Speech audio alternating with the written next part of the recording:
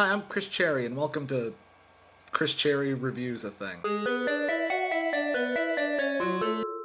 So I suppose I should explain really quickly why you're watching this. Well, I don't know. Actually, I do know why you're watching this. You're watching this because you're in one of two groups of people. You're either the people who specifically asked me to do this, or you're crazy people.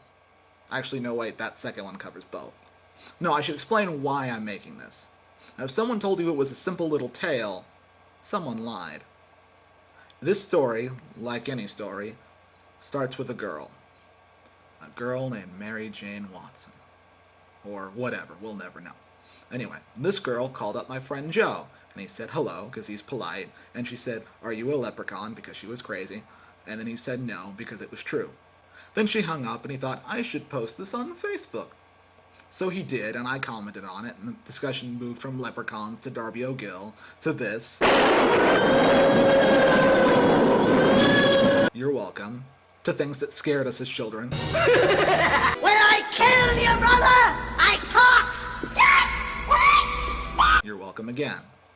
Then Joe posted the weirdest, most terrifying thing I have ever seen. Welcome to the mysterious stranger. But we'll get to that later. Suffice it to say, it had an effect on me. I looked it up, and it's from a film called The Adventures of Mark Twain. Joe suggested that I do a video review of it because he does a video review series, and it's his ultimate goal to remake the world in his own image, so he only has to sleep with people that remind him of himself, because, as I keep reminding him, you can't cut a penis hole into a mirror because it's dangerous. Anyway, enough backstory onto the film. Now, The Adventures of Mark Twain is a claymation film in which Mark Twain flies around in a steamboat, airship, blimp thing, with Tom Sawyer, Huck Finn, and Becky Thatcher, and tells them some of his short stories. Now, based on that synopsis, you would have to assume, as I did, that this is a film that's primarily meant to familiarize children with some of the works of Mark Twain, ideally in schools while the teachers eat popcorn and sneak schnapps. Now, I want you to keep this in mind, because this is also a movie about a profoundly depressed man who decides to kill himself, and how that's a good thing. Let's begin. The film begins with an opening crawl, which you really don't need to pay attention to because Mark Twain says everything in it at some point later in the film. Seriously, it's like halfway through Star Wars someone said, "Man, it sure is crazy how we're having all these adventures a long time ago in a galaxy far, far away." I came in with Halley's Comet in 1835 when I was born, and I expect to go out with it.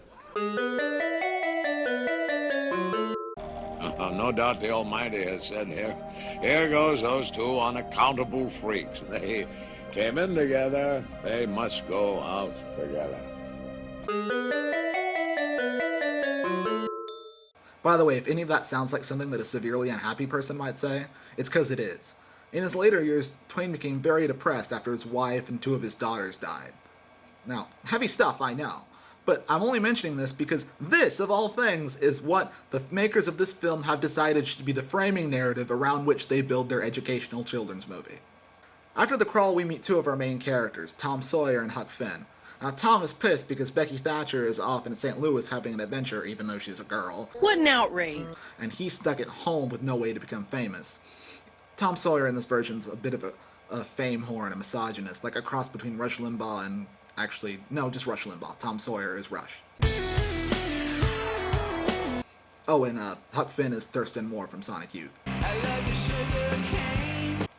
Anyway, when Huck mentions that there's this balloon going up in the air in St. Louis, Tom decides that the best way to become famous is to take this balloon and use it to become like the Christopher Columbus of the sky or something. I don't know, it's not really clear.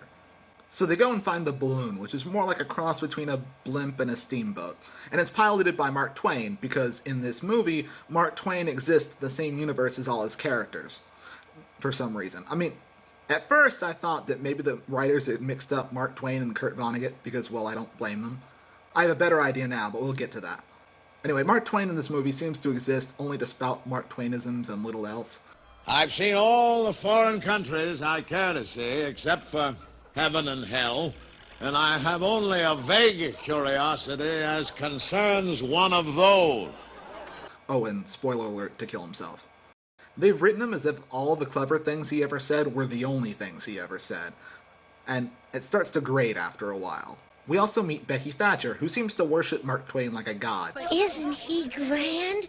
which actually makes sense, because to her, he pretty much is. So the three fictional characters stow away on the boat, and they get to the top using Mark Twain's magic elevator, or sufficiently advanced elevator, I don't know. Everything on this boat seems to work on Time Lord science. That and macaroni. Then Mark Twain finds them and says hi. Boys, Tom, Huck, Mark Twain! and Becky Thatcher. He seems to know them quite well, even though they don't really know him. We also catch glimpses of another mysterious figure in a top hat. I wonder if that'll be important. Where are we going? To Haley's Comet. Haley's Comet? Come a writer knows so much about piloting and navigating. Never mind that, how does a writer know how to build a magic airboat? Anyway, Huck is the only person on this boat that seems perturbed by the fact that this is clearly a suicide mission. The man's plumb crazy. And it is. At one point, Tom even asks him straight up. You're thinking we're gonna die when we meet up with that comet.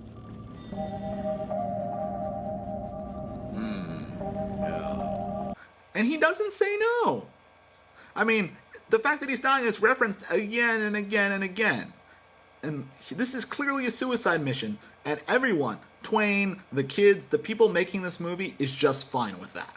As if to highlight how fine they are with it, the film quickly moves on to its real reason to exist, to animate some Mark Twain short stories in a way that kids might find pleasing. It starts with Huck's frog, who exists only to remind us of the celebrated jumping frog of Calaveras County, reminding Twain of the celebrated jumping frog of Calaveras County. I wrote a story about the celebrated jumping frog of Calaveras County.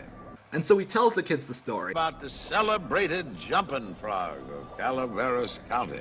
and we watch it as a little short film unto itself, and it's not really worth mentioning, but it's full of The celebrated jumping frog of Calaveras County. the sort of things that kids would find pleasing. It's obviously for them. Anyway, we get back to Tom and Huck, who is still the only person, by the way, who is at all concerned about the fact that they're all gonna die. I mean, Tom is more concerned about the fact that Becky is horning in on his adventure. She would have to horn in on this expedition. Bitch. They get back into the magic elevator, which is also an index to complete works of Mark Twain, and they stumble onto Mark Twain's library, even though that's not one of the works of Mark Twain, but that's neither here nor there. Anyway, this leads to a recounting of the diaries of Adam and Eve. Now, I have to mention a couple of things about this. Now, first of all, it opens with God creating the universe. The sound design of this is interesting. In fact, why don't we just listen to it?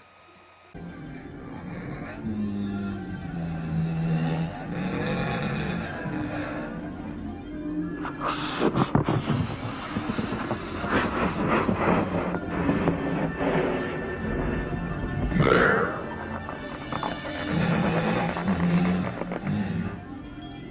Oh. Oh, this is nice.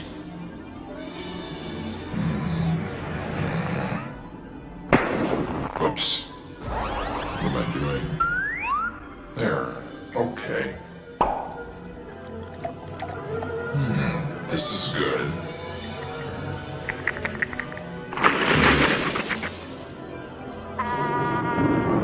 And let's not forget this choice bit at the end.